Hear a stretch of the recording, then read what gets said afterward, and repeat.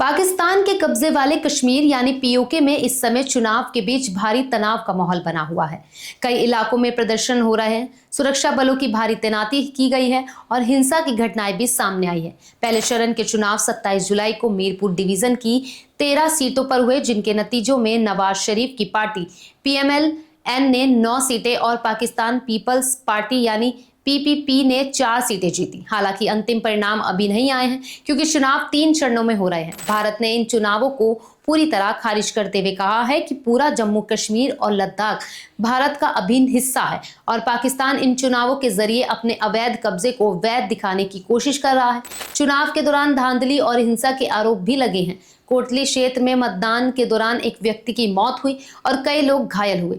PoK में कुल 53 विधानसभा सीटें हैं, जिनमें 45 पर सीधे चुनाव होते हैं और सरकार बनाने के लिए 27 सीटों की जरूरत होती है। इनमें 12 सीटें पाकिस्तान के अलग अलग शहरों में रहने वाले कश्मीरी शरणार्थियों के लिए आरक्षित हैं, जो इस चुनाव में सबसे ज्यादा चर्चा का विषय बनी हुई हैं। वहीं पीओके में कई महीनों से जॉइंट अवामी एक्शन कमेटी पाकिस्तान के खिलाफ प्रदर्शन कर रही है। प्रदर्शनकारियों का आरोप है कि पाकिस्तान पीओके की चुनी हुई सरकार को पूरी तरह स्वतंत्र रूप से काम नहीं करने देता और अधिकांश बड़े फैसले इस्लामाबाद से लिए जाते हैं।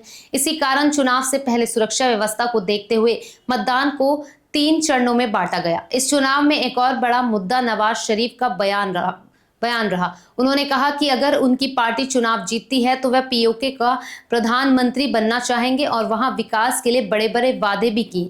लेकिन राजनीतिक विशेषज्ञों का कहना है कि ऐसा तभी संभव है जब वह पहले पीओके विधानसभा के सदस्य बने, क्योंकि वहां का प्रधानमंत्री निर्वाचित विधायक ही बन सकता है। फिलहाल पहले चरण में PMLN को बढ़त मिली है, लेकिन असली तस्वीर दूसरे और तीसरे चरण के चुनाव के बाद ही साफ होंगी।